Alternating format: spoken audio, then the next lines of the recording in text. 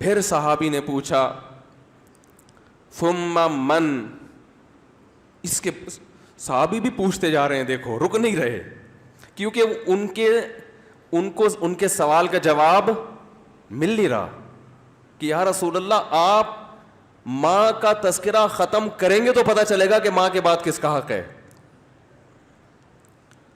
تو آپ صلی اللہ علیہ وسلم نے ارشاد فرمایا ثم ابوک،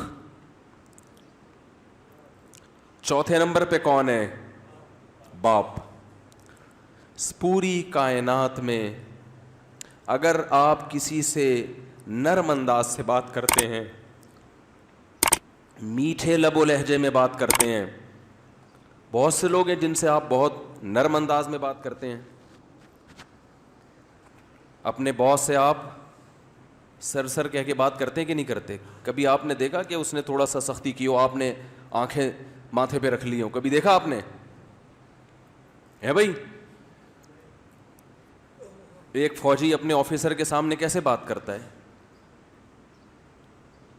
آپ نے دیکھا کبھی وہ ابے تبے سے بات کر رہا ہو؟ ہیں میں کسی کی نہیں سنتا، میری اپنا لائف اسٹائل ہے، سر مجھے زیادہ آرڈر نہ دیا کرو. کبھی دیکھا آپ نے ایسے اسٹائل میں بات کر رہا ہو؟ سر یہ جو آپ ہر وقت کی نصیحتیں کرتے ہیں مجھے سمجھ میں نہیں آتی. آفیسرز کر رہے ہوتے ہیں نا. فوج میں چونکہ زیادہ احترام ہے اس لیے میں ان کی مثال دے رہا ہوں. ایک بریگیڈیئر آیا اور ایک عام فوجی کو سمجھا رہا ہے کہ یہ کیا کرو یہ کیا کرو. وہ جواب میں کبھی دیکھا کہ سر یہ زیادہ نصیحتیں مجھے اچھی، بولو نا سر مجھے نہیں اچھی لگتی ہیں زیادہ ہر وقت کی نصیحتیں. حالانکہ وہ آفیسر اس کو تنخواہ نہیں دے رہا، تنخواہ اس کو گورنمنٹ دے رہی ہے. اس آفیسر کے اس پر احسانات نہیں ہے، صرف ایک ڈسپلن کو برقرار رکھنے کے لیے آرڈر دیا ہے کہ تمیز سے بات کرو.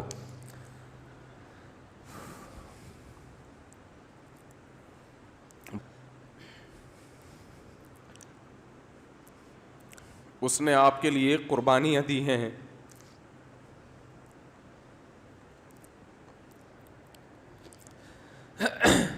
وہ آپ کے لیے لوگوں سے لڑا ہے. لڑتے ہیں کہ نہیں لڑتے؟ بھائی میرے بیٹے کو گالی دی کیوں تو نے؟ وہ یہ چاہتا ہے کہ آپ اس سے بھی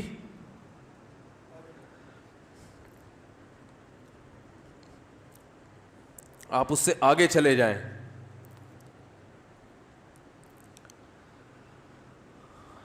آپ کی ماں نے جو آپ کو بچپن میں محبت سے پالا عزت کے ساتھ، تو ماں کو یہ شیلٹر کس نے دیا ہے بھائی؟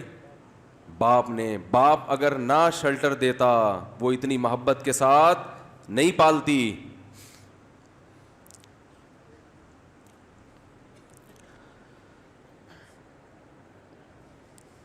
یہ ٹاپک مجھے چینج کرنا پڑے گا، میری میٹر جو ہے نا شارٹ ہو جاتا ہے، بولا نہیں جاتا اس ٹاپک پر.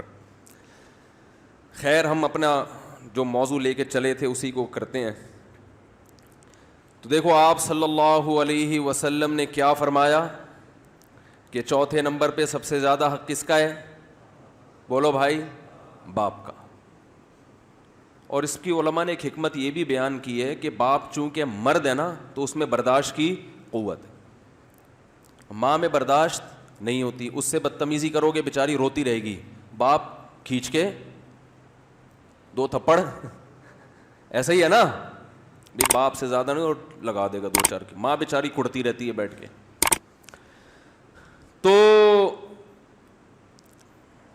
تو میں مثال دیتا ہوں کہ ایئر ہوسٹس سے اخلاق سیکھا کرو. جس اسٹائل میں ایئر ہوسٹس آپ سے بات کر رہی ہے تو جب ماں سے بات کرو نا تو اس اسٹائل میں 3 چمچ چینی، 3 چمچ حدیث میں 3 گنا ہے نا، تو جتنی چینی آپ اپنے باس سے بات کرتے ہوئے اپنے کلام میں ملاتے ہو، اپنی ماں سے بات کرتے ہوئے 2 چمچ اس میں اضافی ڈال لیا کرو تو ٹوٹل کتنے ہو جائیں گے؟ 3 چمچ ہو جائیں گے. اتنا میٹھا کلام ہونا چاہیے. کس سے بات کرتے ہوئے؟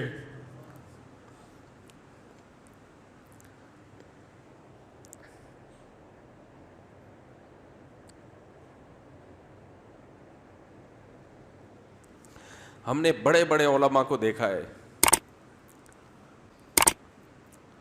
ان کے والدین بالکل دیہاتی, کچھ بھی نہیں آتا ان کو, بالکل گنوار, نہ بات کرنے کی تمیز, نہ اٹھنے بیٹھنے کی تمیز, لیکن بیٹے بن گئے بہت بڑے عالم, اللہ نے بڑی عزت دی. لیکن وہ اپنے باپ کا ایسا احترام کرتے تھے, ایسا بچھ جاتے تھے باپ کے سامنے, ہم نے اپنی آنکھوں سے دیکھا ہے کہ لگتا ہی نہیں تھا کہ یہ کوئی کیا عالم ہے, کوئی مفتی ہے, کوئی بزرگ ہے.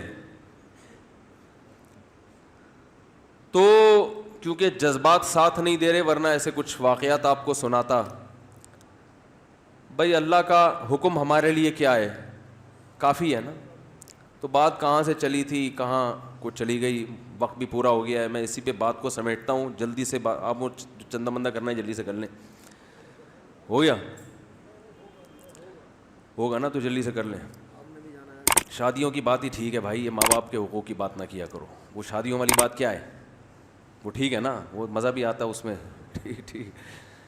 تو بات کیا چل رہی تھی, دوبارہ سے اسی ٹاپک پر آتا ہوں. میں نے عرض کر رہا تھا کہ اللہ اس کے رسول صلی اللہ علیہ وسلم نے جو احکام دیے تو دنیا داروں کو اس سے کوئی غرض نہیں ہے کہ یہ کرو یہ نہ کرو, ان کو اس سے کوئی غرض نہیں ہے. لیکن جو آخرت پر ایمان رکھتا ہے, تبھی دیکھو بہت سی حدیثوں میں آتا ہے کہ جو اللہ اس کے رسول اور آخرت پر ایمان رکھتا ہے اسے چاہیے کہ یہ کرے. تو اس میں اللہ کے نبی نے پہلے بتا دیا کہ جن کا آخرت پر ایمان نہیں ہے ان کو یہ باتیں سمجھ میں نہیں آئیں گی, ان کو یہ باتیں نہیں سمجھ میں آئیں گی. تو ان باتوں پر عمل کرنے کے لیے جو میں نے آیت اصل میں پڑھی ہے, جس پر میں نے بیان کرنا تھا, یہ بیان کا رخ ہی کہیں چینج ہو گیا سارا. عمل کرنے کے لیے انسان کو موٹیویشن چاہیے. تو اللہ نے کیا فرمایا, جو آیتیں میں نے قرآن مجید کی پڑھی ہیں اس میں اللہ نے فرمایا کہ اپنے دل میں اللہ کی محبت پیدا کر لو.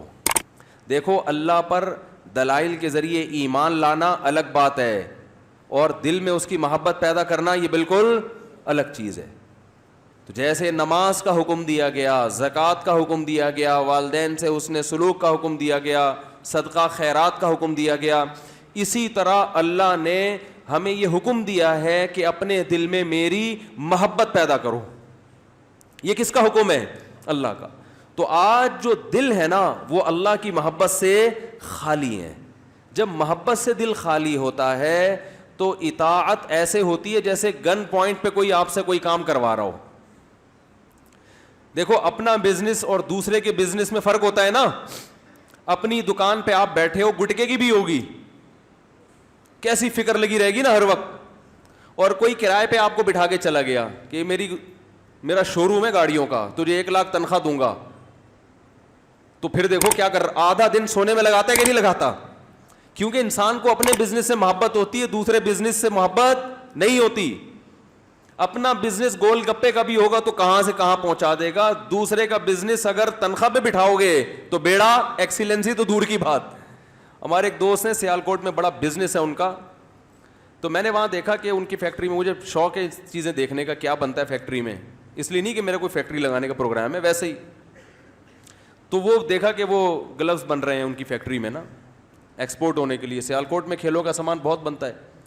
تو اتنا محنت سے مزدور کام, وہ ملازم کام کر رہے ہیں. ایک سی رہا ہے, ایک کٹنگ کر کے کاٹ رہا ہے, اور سارے دل جمی سے لگے ہوئے ہیں. میں نے کہا یار پہلے کسی فیکٹری میں میں نے ملازم دیکھے ہیں اتنی تمیز سے اور اتنی دل جمی سے کام کر رہے ہیں. ورنہ سیٹ اگر فیکٹری کا دورہ کرے تو ٹھڈے مار مار کے اٹھاتا ہے نا, اوے تو کیوں سو رہا ہے یہاں پہ, کہتا ہے نا کہ نہیں کہتا. تو وہاں دیکھا سارے لگے. تو انہوں نے کہا ان کو ہم نے دہاڑی پہ نہیں رکھا, ان کو ہم نے دہاڑی پہ نہیں رکھا. ان کو ہم نے کہا جتنے اتنے گلوز پر گلوز پہ ان کو پیسے ملتے ہیں. تو اب ان کا یہ بزنس میں شرکت ہو گئی نا.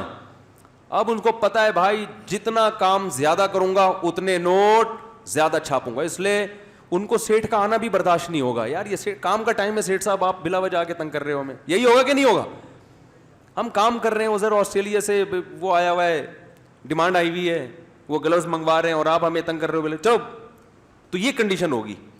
تو اب چونکہ اپنا کام بن چکا ہے نا بھائی, تو جب اللہ سے انسان کو محبت ہوتی ہے تو اللہ کے کام بھی اپنے لگتے ہیں. نماز بھی کیا لگتی ہے, اپنی. زکوٰۃ بھی اپنی. پھر مزہ آتا ہے ان کاموں میں. ابھی جو ہم نماز پڑھ رہے ہیں نا یہ گن پوائنٹ پہ, تھوڑا بہت قبر کا عذاب کا ڈر ہے یار, مرنا بھی ہے, کورونا سے نہ مر جائیں, پتہ نہیں, اتفاق سے اگر قبر میں سانپ نکل آیا, اتفاق سے اگر وہ باتیں فضائل اعمال میں جو لکھی ہوئی صحیح نکلی تو ہمارا کیا بنے گا, چلو جمعہ تو پڑھ لو جا کے. تو پھر کیسے آ رہے ہوتے ہیں آپ دیکھو, فجر میں کیا حال ہوتا ہے, ظہر میں کیا حال ہوتا ہے, عصر میں. آپ صلی اللہ علیہ وسلم نے فرمایا جو نماز میں پہلی صف میں ہوگا, قیامت کے دن جب اللہ کا دربار لگے گا وہاں بھی پہلی صف میں ہوگا وہ. تو جتنا سست نماز میں ہوگا اتنا پیچھے آخرت میں اللہ کے دربار میں. اللہ کہے گا یہ مجھے دنیا میں بغیر دیکھے سب سے پہلے آ کے بیٹھتے تھے, آج جب میں نظر آ رہا ہوں تو آج اب میری مرضی سے یہ آگے آئیں گے, کل یہ اپنی مرضی سے آگے آتے تھے. تو میرے بھائی ایکسیلنسی پیدا کیسے ہوگی, جب اللہ کی محبت پیدا کی جائے. اور محبت کیسے پیدا ہوگی, ذکر کی کثرت. سمجھتے ہیں کہ نہیں سمجھتے, بار بار اللہ کا تذکرہ. پھر یہ ٹاپک بہت لمبا ہے, وقت بھی پورا ہو گیا. اللہ تعالی ہم سب کو سمجھنے کی, عمل کرنے کی توفیق عطا فرمائے.